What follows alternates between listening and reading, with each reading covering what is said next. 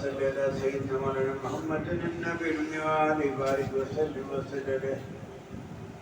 أعوذ بالله السميع العليم من الشيطان الرجيم. بسم الله الرحمن الرحيم. الحمد لله رب العالمين والصلاة والسلام على سيد المرسلين وإمام المتقين وقائد الغر المهجلين سيدنا وسندنا وحبيبنا وشفيعنا وقريبنا ومولانا محمد وآله وصحبه أجمعين. أما بعد فأعوذ بالله السميع العليم من الشيطان الرجيم. بسم الله الرحمن الرحيم. ياسين والقرآن الحكيم إنك لمن المرسلين على صراط مستقيم. تنزيل العزيز الرحيم لتنذر قوما ما أنذر آباءهم فهم غافلون. لقد حق القول على أكثرهم فهم لا يؤمنون. إنا جعلنا في أعناقهم أغلالا فهي إلى الأذقان فهم مقمحون. وجعلنا من بين أيديهم سدا ومن خلفهم سدا فأغشيناهم فهم لا يبصرون. فسواء عليهم أنذرتهم أم لم تنذرهم لا يؤمنون. إنما تنذر من اتبع الذكر وخشى الرحمن بالغيب فبشره بمغفرة وأجر كريم. صدق الله العلي العظيم وصدق رسوله الكريم. قال الله تعالى في شأن حبيبه إن الله وملائكته يصلون على النبي يا أيها الذين آمنوا صلوا عليه وسلموا تسليما. اللهم صل على سيدنا نبينا محمد. اللهم صل على سيدنا محمد نور الأنوار وسر الأسرار وسيد الأبرار صلی اللہ تعالی علیہ وآلہ بارک وسلم وسلم. قرآن مجید فرقان حمید 22واں پارہ سورہ یاسین کی ابتدائی آیات کی تلاوت کی گئی. رب کریم و عظیم اپنی کتاب میں ارشاد فرما رہا ہے والقرآن الحکیم انک لمن المرسلین. قرآن حکیم کی قسم بے شک آپ ضرور رسولوں میں سے. علی صراط مستقیم اے حبیب آپ سیدھے راستے پر قائم ہیں. تنزیل العزیز الرحیم یہ جو کتاب ہے قرآن ہے بہت غالب بڑے مہربان کا نازل کیا ہوا ہے. لتنذر قوما ما انذر آباؤہم فہم غافلون تاکہ آپ اس قوم کو عذاب سے ڈرائیں جس کے آبا و اجداد کو نہیں ڈرایا گیا سو وہ غافل. لقد حق القول على اکثرهم فهم لا يؤمنون. ان میں سے اکثر کے متعلق ہماری خبر ثابت ہو چکی ہے سو وہ ایمان نہیں لائیں گے. انا جعلنا في اعناقهم اغلالا فهي الى الاذقان فهم مقمحون. ہم نے ان کی گردنوں میں دوغ ڈال دیے جو ان کی پھوڑیوں تک ہیں جس سے ان کے سر اوپر اٹھے ہوئے. وجعلنا من بين أيديهم سدا ومن خلفهم سدا فأغشيناهم فهم لا يبصرون. ہم نے ایک دیوار ان کے آگے کھڑی کر دی اور ایک دیوار ان کے پیچھے کھڑی کر دی تو ہم نے ان کو ڈھانپ دیا بس وہ کچھ نہیں کر سکتے. سواء علیہم انذرتہم ام لم تنذرہم لا یؤمنون. اور آپ کا ان کو ڈرانا یا نہ ڈرانا ان کے حق میں برابر ہے. یہ ایمان نہیں لائیں. انما تنذر من اتبع الذکر وخشی الرحمن بالغیب. آپ کا ڈرانا صرف اس کے لیے مفید ہے جو نصیحت پر عمل کرے اور بن دیکھے رحمان سے ڈرے تو آپ اس کو مغفرت کی اور باوقار ثواب کی نبی سنا دی.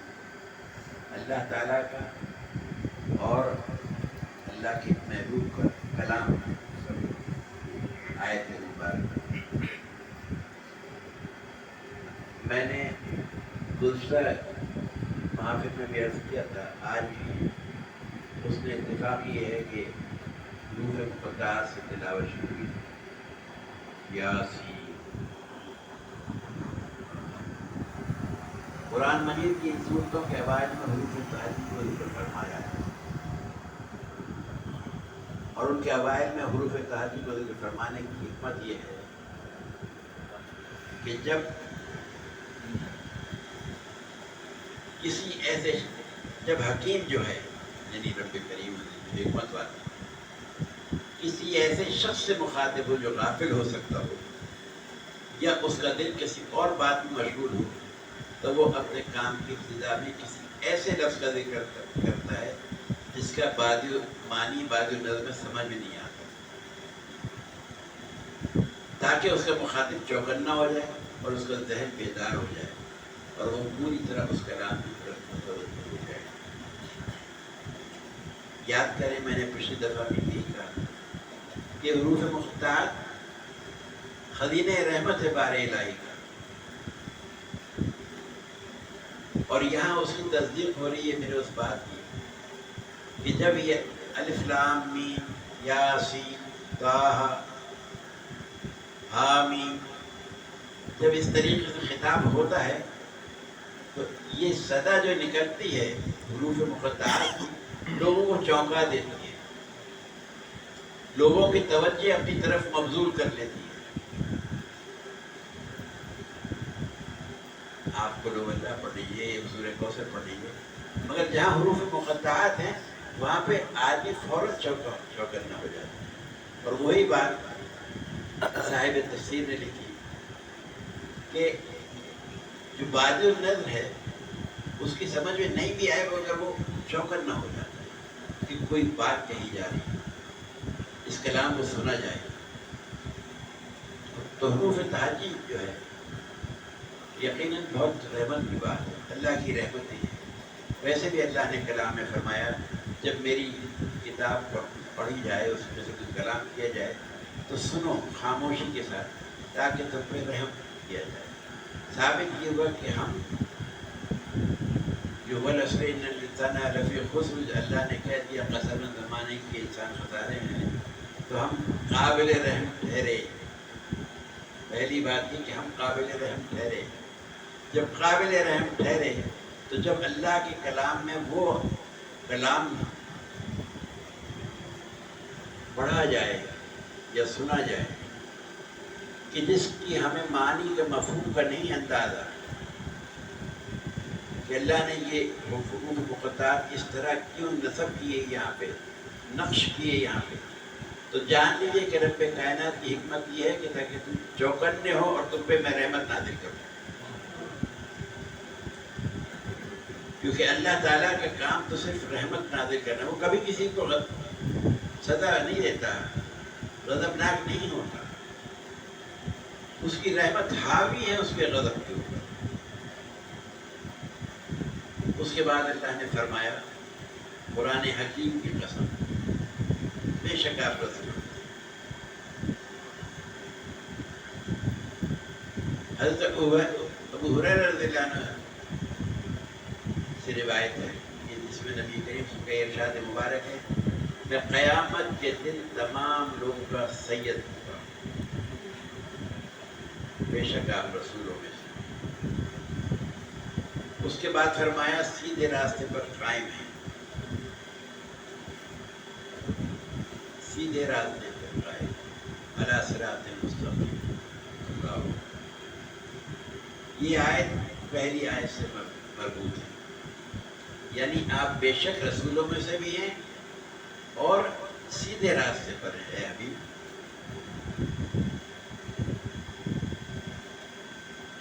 تمام رسول صراط مستقیم پر ہوتے ہیں اور آپ بھی چونکہ رسولوں میں سے اس لیے آپ بھی صراط مستقیم پر ہیں۔ جیسا کہ سورہ شورى میں اللہ تعالیٰ نے فرمایا وَإِنَّكَ لَتَهْدِي إِلَى صِرَاطٍ مُسْتَقِيمٍ، اور بے شک آپ صراط مستقیم کی طرف ہدایت دیتے ہیں۔ اللہ صراط مستقیم سے مراد اصول اور فروع ہیں، یعنی عقائد اور احکام شرعیہ۔ تمام انبیاء علیہ السلام کے عقائد واحد تھے اور ان کی شریعتیں مختلف ہیں، اور یہ تمام شریعتیں اپنے اپنے زمانے میں کامل تھیں۔ جیسے جیسے اللہ تعالیٰ دنیا کو بناتا گیا، پھیلاتا گیا، اس نے اس حساب سے اس وقت کے حساب سے لوگوں کو ہدایتیں جاری فرمائی، اور ہمارے نبی اکرم صلی اللہ علیہ وسلم کی شریعت قیامت تک کے لیے کامل اور متکفل ہے۔ پھر اللہ نے فرمایا کہ بہت غالب بڑے مہربان نازل کیا ہوا تاکہ آپ اس قوم کو عذاب سے ڈرائیں جس کے آباء و اجداد کو نہیں ڈرائے گا تو وہ غافل ہے۔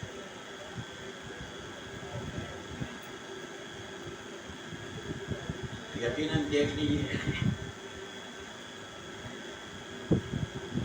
ہم اور آپ اپنی زندگی میں مطالعہ کرتے ہیں کہ ہمارے آباء و اجداد نے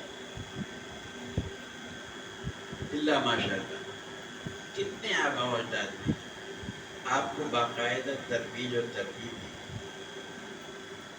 یہ فقدان ہو گیا اس وقت، یہ کوتاہیاں ہو گئی ہیں، ہم لوگوں کی داڑھیاں سفید ہو گئی ہیں، کمر جھک گئی ہے۔ ابھی قرآن روز پڑھتے ہیں، نماز روز پڑھتے ہیں، نوافل اور تہجد بھی پڑھتے ہیں، مگر جو صاحب کتاب نے فرمایا ہے اور جو اللہ تبارک تعالیٰ نے اس میں حکم ہمیں دیا اس کو، کیا ہم اس طرف رجوع کرتے ہیں؟ یہ سوال ہے آج کے تناظر میں اس کلام مجید کو دیکھنے کا اور سمجھنے کا، کہ ہم واقعی اس طرح اس کو قبول کرتے ہیں؟ چھوڑ دیجیے اجداد کو وفات پا گیا، ہم تو ہیں کہ ہم اپنی اولاد کو بتاتے ہیں، بٹھاتے ہیں، سکھاتے ہیں، دکھاتے ہیں اپنے عمل سے؟ نہیں۔ اگر آپ مجھ سے پوچھیں تو ہم لوگ بہت دور ہیں۔ ہمیں صرف کمانے کی فکر ہے، نقصان کی فکر ہے، فائدے کی فکر ہے، بیماری کی فکر ہے، رزق کی فکر ہے، کپڑے لتے کی فکر ہے، رزق کے ہر چیز کی فکر ہے سوائے آخرت کی فکر ہے۔ کیونکہ ہم بھول گئے کہ ہمیں مرنا ہے۔ ابھی میں بیٹھا ہوں، بات کرتے کرتے ابھی یہ سانس نکل جائے، آپ کہیں گے ابھی تو بات کر رہا تھا یہ۔ جب ہمیں پتہ ہی نہیں کہ اگلی سانس آئے گی تو ہم کس طرف کھوئے ہوئے؟ یہ محافل مقدسہ جو ہم اور آپ انعقاد کرتے ہیں، درود شریف کی، قرآن خوانی کی، محفل میلاد کی، سیرت کے جلسوں کی، کیا فائدہ ہے اس کا؟ اگر کوئی چیز ہم پہ اثر انداز ہی نہیں ہوتی تو کیا فائدہ ہے؟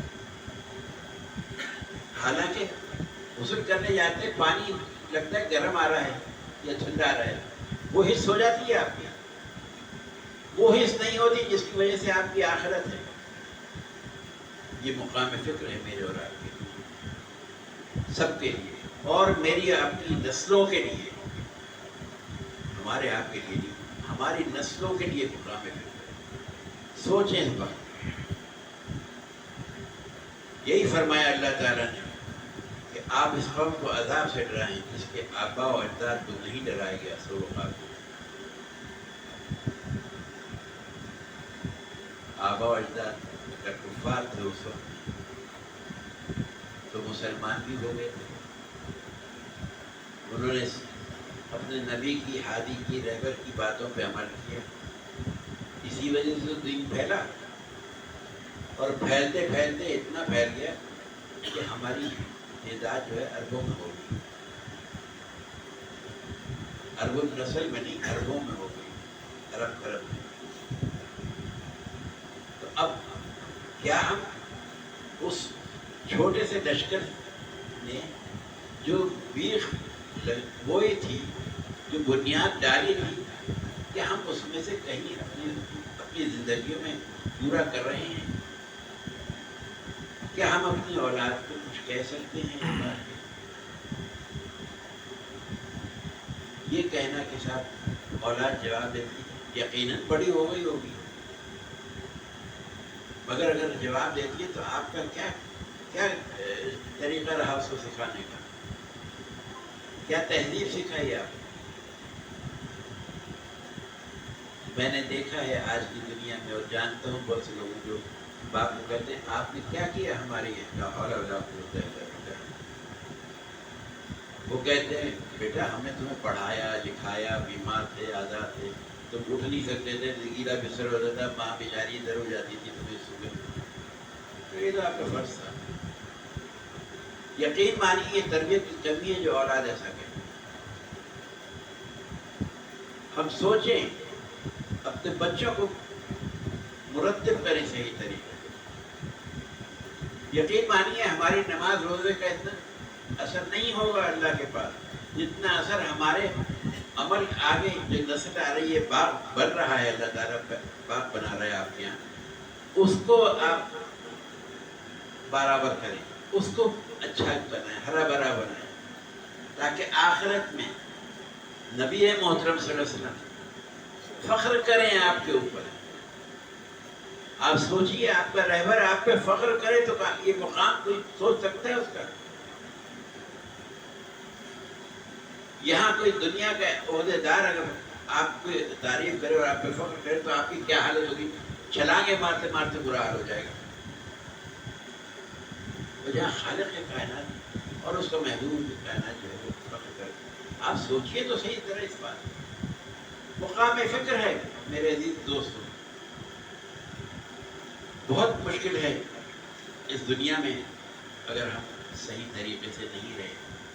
یہ قرآن پڑھ لینا، نماز پڑھ لینا، روزہ رکھ لینا، حج کر لینا، زکوٰۃ دے لینا، صلاۃ پڑھ لینا، یقیناً ثواب کے کام ہیں، مگر آپ کی نیت کیا ہے؟ اگر ثواب کی ہے تو دنیا بھی ثواب دیتی ہے۔ میں تو یہ کہتا ہوں اگر نماز بھی ادا کریں، یقیناً آپ کی نماز میں خلل آ سکتا ہے، خیال آ سکتا ہے، اچھا برا جو آپ بھول گئے ہوں گے وہ بھی یاد آ جائے گا۔ مگر جب آپ نیت کرنے جائیں اللہ کے حضور، اس سے کہے گا اللہ تیرا شکر ہے، مجھے تو کچھ نہیں آتا، یہ ٹوٹی پھوٹی ادا کر رہا ہوں، تو پسند کرتا ہے کہ میں حاضر ہوں، میں حاضر ہو گیا ہوں۔ کہیے تو صحیح اپنے طرف سے۔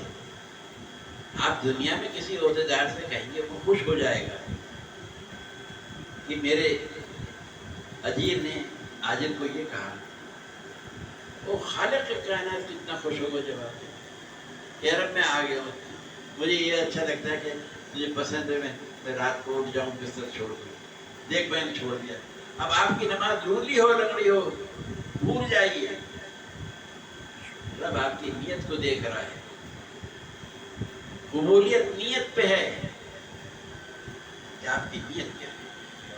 ہماری نیتیں خراب ہو گئی، ہماری نیتیں ہی خراب ہو گئی، یہی ہماری تباہی کی وجہ ہے۔ آج مسلمانوں میں خاص طور پہ ہم میں اور ہمارے اپنے آپ گھروں میں دیکھ لیجیے، یہ چیز کوئی چیز ہمارے گھر سے باہر نہیں۔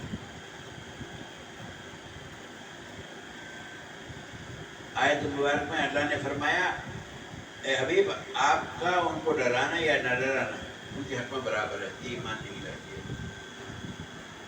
یہ تو اس وقت اللہ نے اپنے حبیب سے کہا تھا،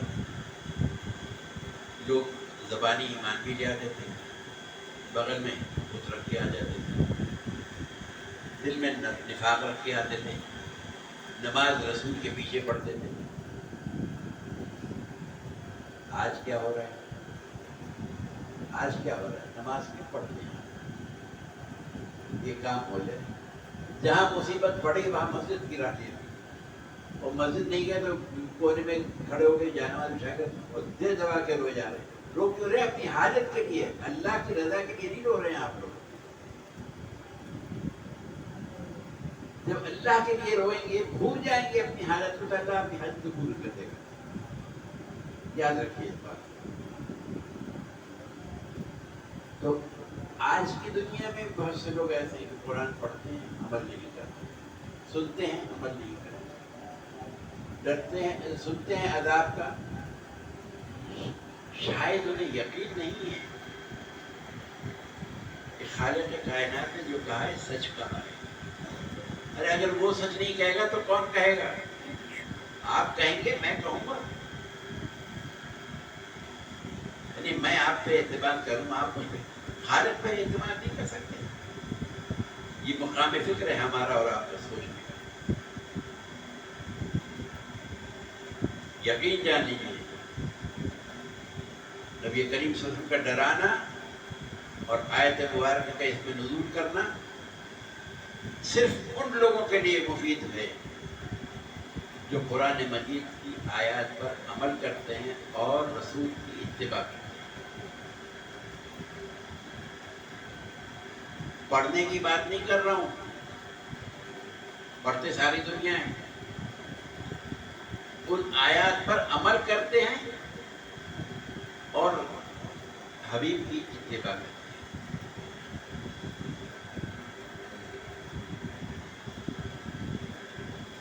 اور یہاں اللہ نے اپنے حبیب کو کہا اے محمد صلی اللہ علیہ وسلم آپ بطریق عموم لوگوں کو اللہ کے عذاب سے ڈراتے رہیے۔ آج اگر ہم یہ بات کر رہے ہیں تو اپنے حالی اور اپنے رہبر کی بات کو آگے پھیلا رہے ہیں۔ ہمارا کام یہ ہے اس منصب پہ بیٹھ کے کہ ہم اپنے رہبر اور حالی کی بات کریں اور نقصان اور فائدہ بڑھتا ہے آپ کا دنیا میں اور آخرت میں۔ افسوس محرابوں سے اور منبر سے یہ چیزیں ختم ہوتی جا رہی ہیں۔ لوگوں کو وضو کرنا نہیں آتا، لوگوں کو نماز کی ادائیگی صحیح نہیں آتی، لوگوں کو پتہ نہیں کہ کس طرح سے کریں، وطر پڑھنا نہیں آتے۔ یہی آج ہمارا ہو رہا ہے۔ کیوں؟ ہم نے اپنے بچوں کو سکھایا ہی نہیں، کیوں نہیں سکھایا؟ ارے دعا کرو تو ہمیں بھی نہیں آتی، افسوس ہے آپ کو ٹوٹے ہوئے تو آپ کو دعا کرنا بھی آتی۔ یاد کریں، اپنے بچوں کے ساتھ بیٹھ کے یاد کر لیں۔ نہیں شرم آتی، شرم کا ہے کیا؟ اللہ نے شرم نہیں رکھی ہے۔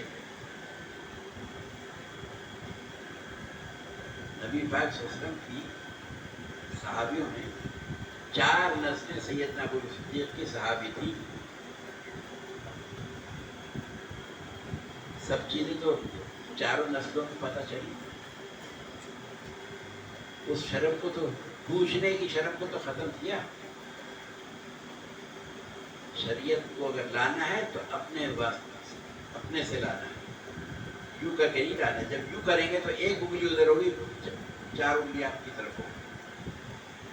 یوں کر کے لانا ہے، اپنی طرف انگلی کر کے۔ دوسرے کو مت دیکھیں دنیا کیا کر رہی ہے، آپ یہ دیکھیں ہم کیا کر رہے ہیں۔ اور جیسے لوگ پہلے کفار و مشرکین غاز و نصیحت سے فائدہ نہیں اٹھاتے تھے، آج بھی وہی حال ہے ہمارا، بالکل وہی حال ہے۔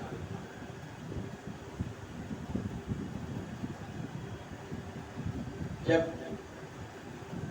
میرے ہادی اور رہبر نبی کریم صلی اللہ علیہ وسلم لوگوں کو اللہ کے عذاب سے ڈراتے ہیں تو لوگ ان کا مذاق اڑاتے ہیں اور ایمان لانے سے تکبر کرتے ہیں۔ کیا آج ایسا نہیں ہے؟ میں ہمیشہ یہ کہتا ہوں آج کے تناظر میں دیکھیں آپ قرآن کو، کہ جب آپ کسی کو اللہ کے عذاب سے ڈرائیں گے، نعوذ باللہ من اللہ اکبر، کیسے غافل لوگ کہتے جب عذاب آئے گا تو دیکھیں۔ ارے تمہیں کہہ کے آئے گا، موت نہیں آئے گی تمہارے اوپر کہہ کے، عذاب کہاں سے آ جائے گا؟ پتہ ہی نہیں چلے گا آپ کو۔ ابھی ہم لوگ بیٹھے ہیں، اگر یہ بلڈنگ نیچے سے پھٹ جائے زمین پوری تو یہ 3 منزلیں نیچے گھس جائیں گی، کیا آپ انتظار کریں گے کہ عذاب آئے؟ بھائی خوشی آنے کا تو آپ انتظار کریں کہ اللہ تعالیٰ آپ کو نوید اچھی سنائے، آپ کے لیے بہتری اور رحمت نازل فرمائے۔ آپ عذاب کا انتظار کیوں کرتے ہیں ظالموں؟ کون اپنے نقصان کا سودا کرتا ہے؟ کیا ہو گیا امت مسلمہ صلی اللہ علیہ وسلم کو؟ ہم عذاب کا انتظار کرتے ہیں، یہ ہماری کوتاہی ہے۔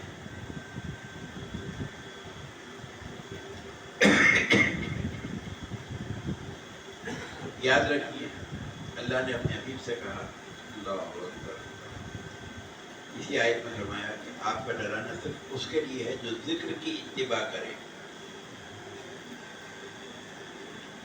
ذکر سے مراد قرآن مجید، فرقان حمید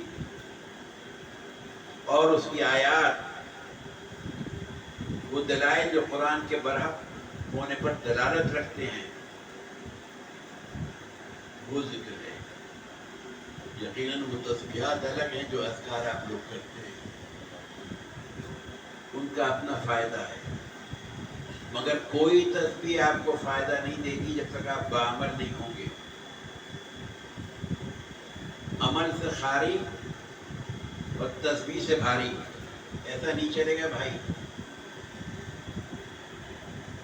تسبیح چاہے نہ ہو، زبان سے کرتے رہیں ہلکی تسبیح، مگر عمل ہو جائے. اگر عمل سے دور ہو گئے تو کوئی چیز حاصل نہیں ہوگی آپ کو، نہ مجھے، کسی کو بھی نہیں، نہ آپ کو، نہ مجھے، نہ میری آنے والی نسل. قُلِ اللَّهَ عَبَدُ الرحمن، اے حبیب آپ کہیے کہ تم اللہ کو یاد کرو یا رحمان کو یاد کرو. آپ لوگ سچی سچی اپنے اپنے گرہوانوں میں جا کے دیکھیں، سوائے نماز کے اور روزے کے جو ہم کرتے ہیں عبادت میں، یا روزہ رکھتے ہیں جس وقت میں اور کھولتے ہیں جس وقت، اس کے علاوہ ہم رحمان کو یاد کرتے ہیں. دن میں کتنی دفعہ کرتے ہیں، کتنا شکر ادا کرتے ہیں. ارے بس چلے تو ہر قدم پہ شکر ادا کرتے چلو کہ تمہیں قدم بڑھانے کی توفیق دی، اس نے پاؤں اٹھانے کی توفیق دی، اگلا قدم چلانے کی، آگے بڑھنے کی توفیق دی. تمہیں وہ آگے بڑھانا چاہتا ہے، تم گڈھے میں گرنا چاہ رہے ہو. افسوس کا موقع.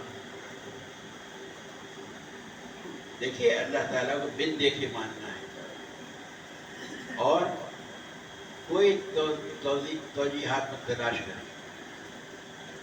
وہ لوگ گمراہ ہوئے جنہوں نے اس پہ توجیہ تلاش کری.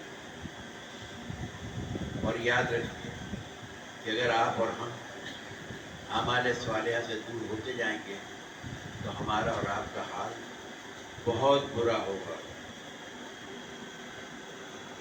چاہے میں ہوں، چاہے آپ ہوں، چاہے ہماری آنے والی نسلیں.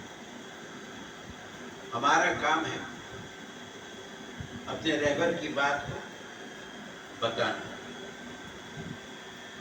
عمل کرنا پہلے خود، پھر بتانا. اگر خالی بتا رہے ہیں تو یقین کسی پہ اثر نہیں ہوگا.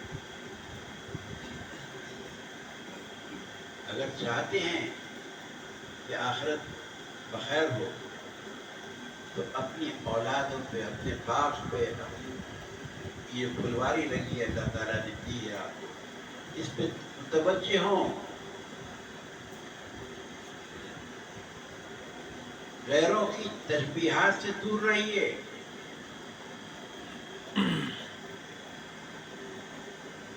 قرآن میں کئی جگہ ہے، اس متشابہات میں مت جائیے جو وہ لوگ کرتے ہیں. رسول نے فرمایا ان سے مشابہت میں نہ کریں. مشہور واقعہ ہے کہ نبی کریم صلی اللہ علیہ وسلم ایک دفعہ پہنچے بنی اسرائیل کے قبیلے میں، تو وہاں پہ لوگوں نے روزہ رکھا تھا، یوم عاشور تھا. تو انہوں نے پوچھا کہ بھئی تم نے آج روزہ کیوں رکھا ہے؟ تو آپ نے فرمایا کہ آج کے دن اللہ تعالیٰ نے ہمارے نبی کو فرعون سے نجات دی، تو ہم اس خوشی میں ایک روزہ رکھا. اللہ نے فرمایا اگر زندگی رہی تو اگلے سال میں 2 روزے. سبحان اللہ. اسی بنا پہ بہت سے لوگ اہل سنت میں خاص طور پہ 9 اور 10 محرم کا روزہ رکھتے. اللہ سے دعا ہے کہ وہ اپنے حبیب مکرم نبی کریم صلی اللہ علیہ وسلم کے صدقے میں ہم کو اس کتاب کو پڑھنے کی، سمجھنے کی، اس پر عمل کرنے کی اور اپنے آنے والی نسلوں کو پڑھانے کی توفیق نصیب فرمائے. آمین. وما الینا الا البلاغ.